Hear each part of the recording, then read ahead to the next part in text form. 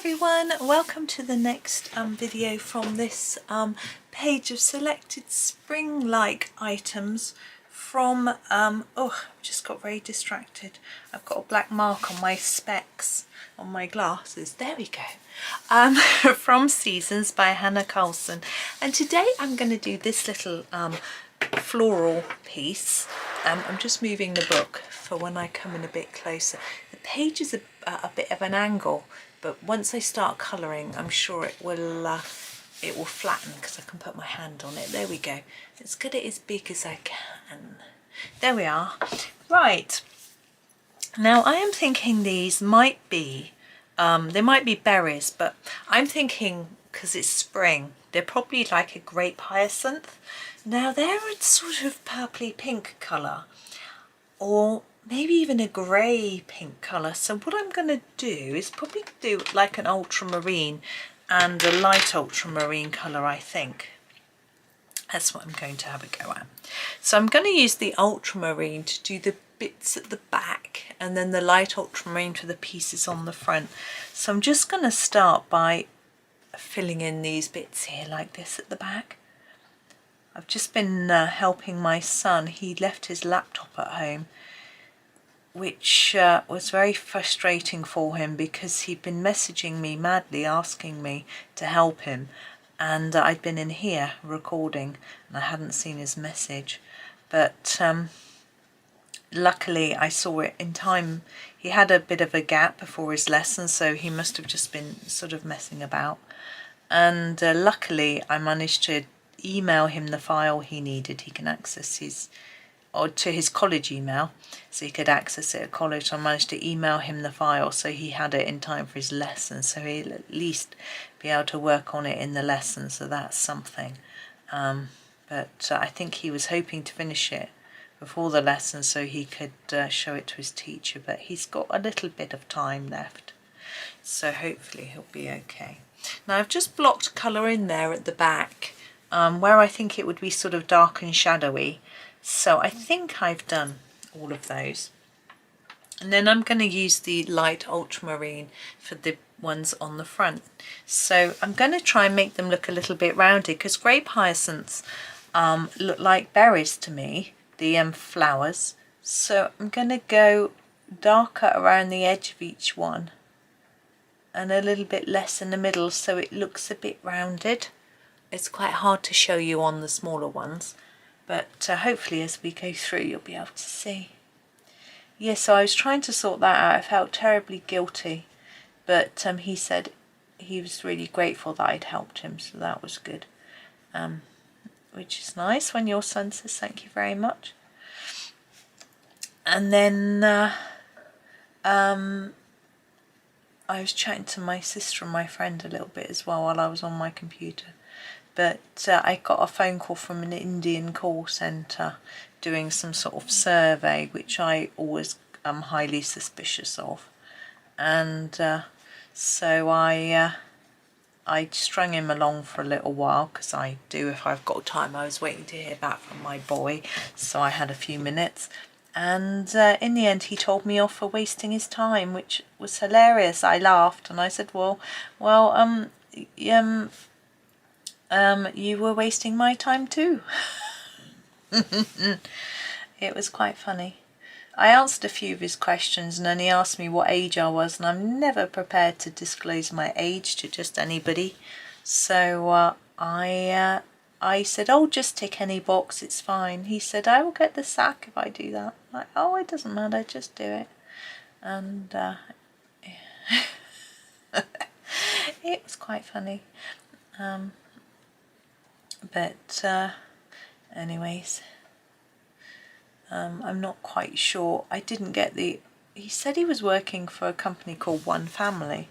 Now they are a company that my children have their trust fund with, I think, but that doesn't mean he was working for them.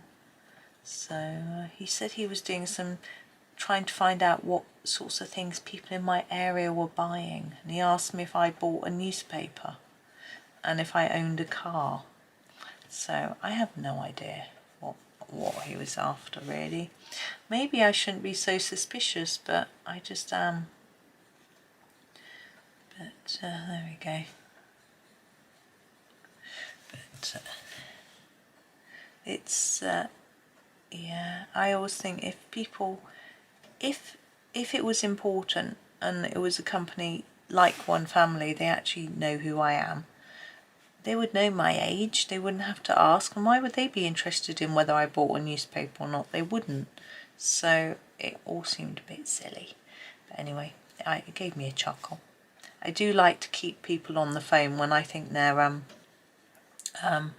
trying to con people, because I think the longer that they're on the phone to me, the less they're conning somebody else.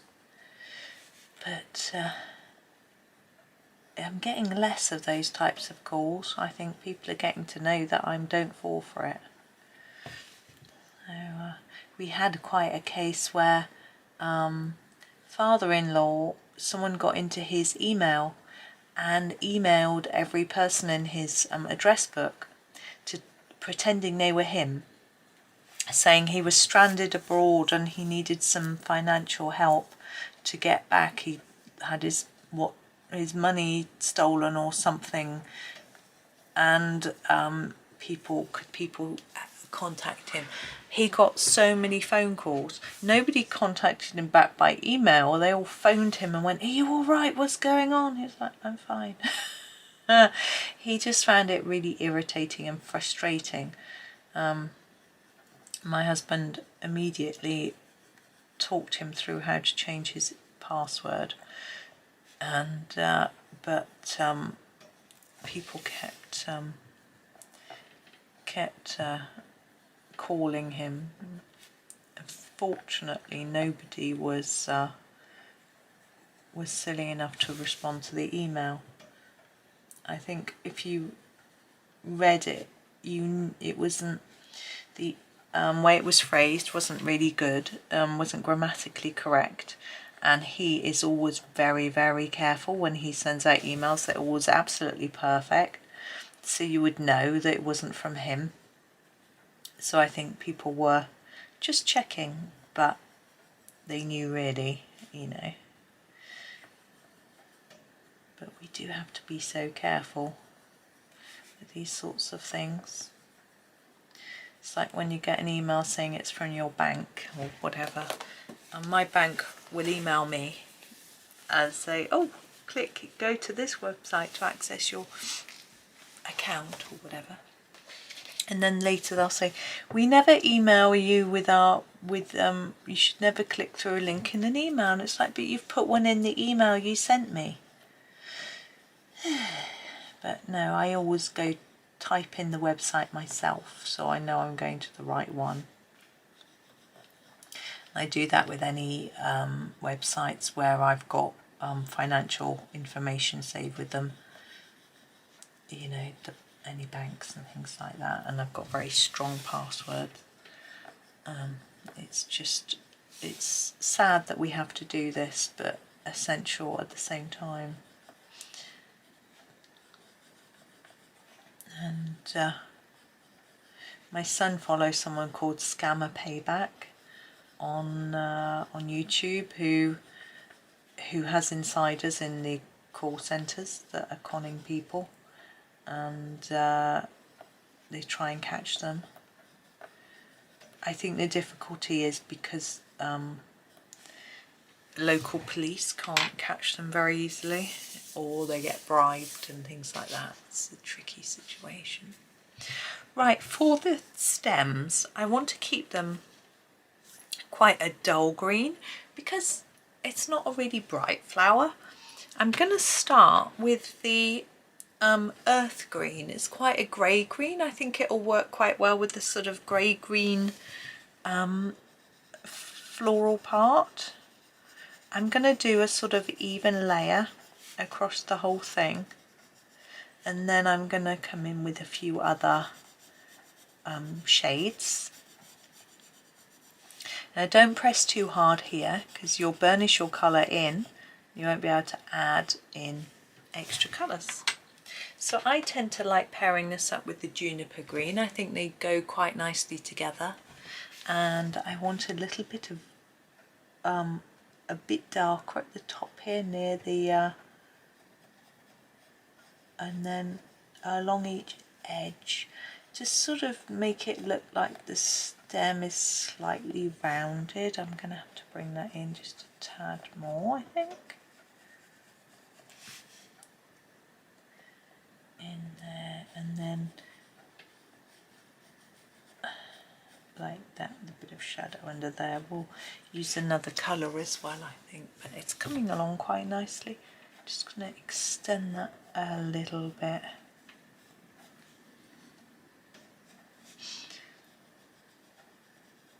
And under here, a bit more into there.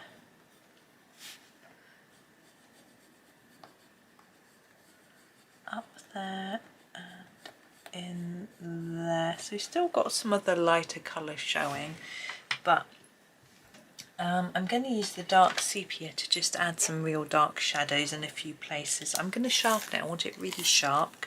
It's quite a small fine details that I want to do. So just under here, around the edge of there,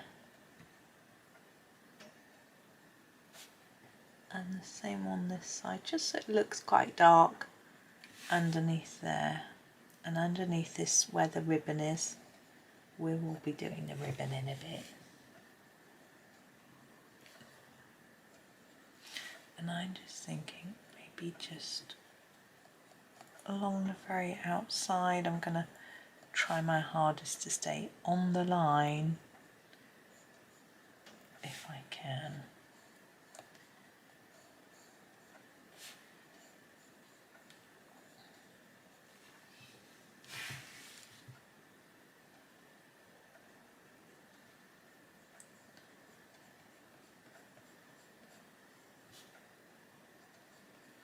There we go. Now I'm going to sharpen my juniper green and go over some of those areas again. Ooh.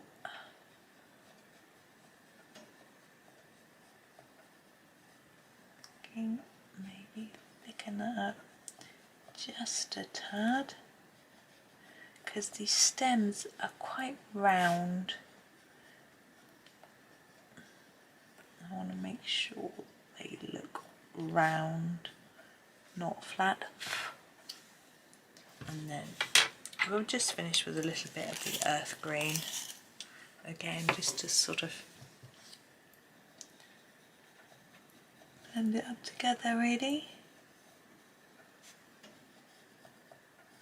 Now I'm thinking about the ribbon. I'm thinking I'd quite like a similar tone, just going over, that's a bit pale there, to the flowers, but a bit darker. And we have this cobalt blue, which I think will work quite well. Again, I want it sharp. That ribbon is quite small. Let's just give it a bit of a brush. Okay. I'm thinking I'd like the ribbon a little darker near the knot, and then at the bottom and edge just gently put a little bit of colour at the top. Same here, so a bit more at the bottom and the edge, just a little bit at the top, and a bit less towards the top of there. Now for this piece of ribbon, it actually looks flat, whereas this looks rounded, but I think if I go darker along there and then a bit lighter towards there, look a little bit silky. It may look slightly less flat.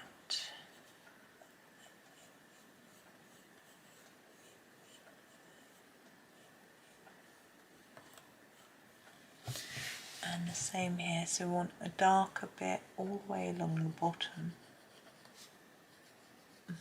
Sticking my tongue out as I colour.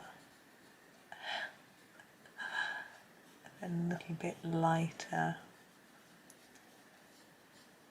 up towards the top. Whoops. And then even with using the same colour, you get a little bit of shape. Hopefully you can see that. It's a little tricky for me to make it any bigger really. But there is a little bit of a shorter one today, the Grape Hyacinths, but I've had fun with those. Now if you haven't managed to leave a little white bit in the centre of each, you could use a white pen to dot that, but I don't think it's necessary on mine because I have managed to leave those little white gaps. So I'm going to leave it there. But thank you so much for watching. I do hope that you have a really lovely day and happy colouring.